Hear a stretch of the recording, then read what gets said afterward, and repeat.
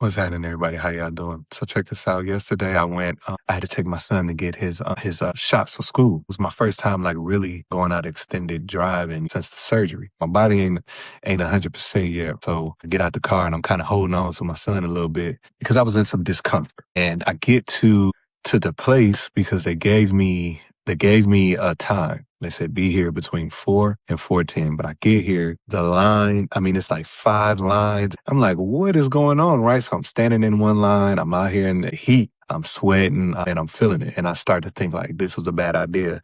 And then I see this lady and I'm like, hey, am I on the right line? She's like, no, you need to be on the other side of the building. Get in there. Now we pushing 5. I'm irritated. I'm like, in a moment, I felt defeated.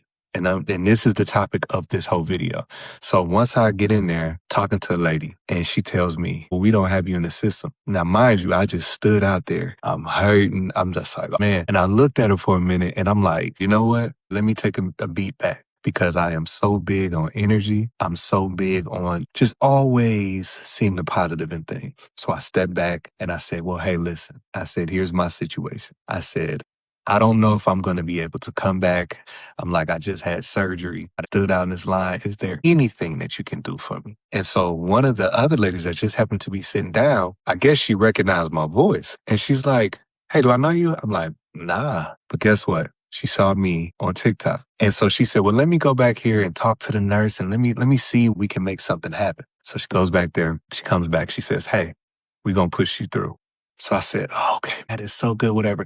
And then she told me something. You don't even look like you just had no surgery or nothing. Now, mind you, she didn't see me waddling up in there looking like an injured penguin. She didn't see that. But only thing that she saw was the interaction and my demeanor. And that's the purpose of this video. You see, there's so many people out there that are strong presenting. They present to be strong. Now, there's some people that are strong, but let me tell you the difference. When you're strong presenting, you feel like everything has to be under your control. You feel as if you are responsible for everything. And the problem with that mindset is when something gets thrown your way that you can't control. So you can be strong so long that when there's an obstacle in your way, it gets magnified because here you are, you the strongest in the room. So how can this problem come to my way and I can't fix it? And then you are defeated. You're defeated because you are so strong presenting that you don't understand that when something comes your way, all you got to do is pray about it. See, when I was in that line, part of me wanted to go off because I'm like, y'all ain't no people telling you where to go, this, that, and the other. I had to ask and all of this other stuff. I wanted to go off, but I did because although I am weakened, I am not defeated. Although I am not 100%, I'm not at 0. You see, when you're truly a strong person, you understand that everything that you have is by God's grace. I get up, I go to work, that's by God's grace. My kids are good, that's by God's grace. And when you face adversity, what you should be able to do is go back into that memory bank and think about all the times God has got you out. Every time I face something in my life, when it happens, I'm weak. But I take that weakness and I look back over my life. I look back over so many times when I just didn't think that I was going to make it. And I look back now and I'm like, I was going through something for 2 days, but up here it felt like a lifetime because there was a point in time that I was strong presenting. That's kind of like people who are so tough. You know, you always got to be the toughest in the room. And normally they got to tell you how tough they are. But it's always that person in the corner that ain't saying nothing that got them hands for days. When a person comes up to you and they're always telling you that I'm real, I'm a real one. No, you're fake.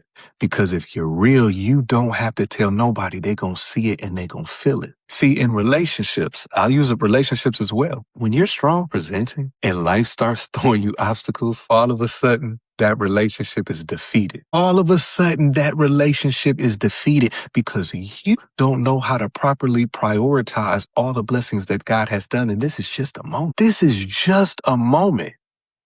But for some odd reason, you think that everything that you have is because of you. And when you have that philosophy, when life throws you a curveball, there goes the defeat. So I hope this message hits somebody out there today because somebody out there right now is saying, woe is me. Today, build day. And every time it's bill day, I thank God when I'm paying these bills. I thank God and I give God thanks because I can do it. Can do it. You can do it. I don't like when people complain to me about how many bills they got, but I'm looking at your attire. You look like a Paris fashion runway model. Don't complain about bills when I see you taking trips. Don't do that. It is by God's grace. That lady, like I said, she just recognized my voice. And the bigger picture is if I would have went up there and cut a fool and she would have been like, that ain't what he be talking about on his videos. That ain't what he be talking about. See, this is this, that, and the other, right? So I thank God. Cause look, hey, let me tell you something. I'm still human and I'm like, you had me sitting out there.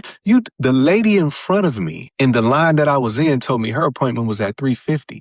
Now we talking about 5 o'clock, sweat pouring down. I mean, my back is on fire. I am just hurting. But here's the thing.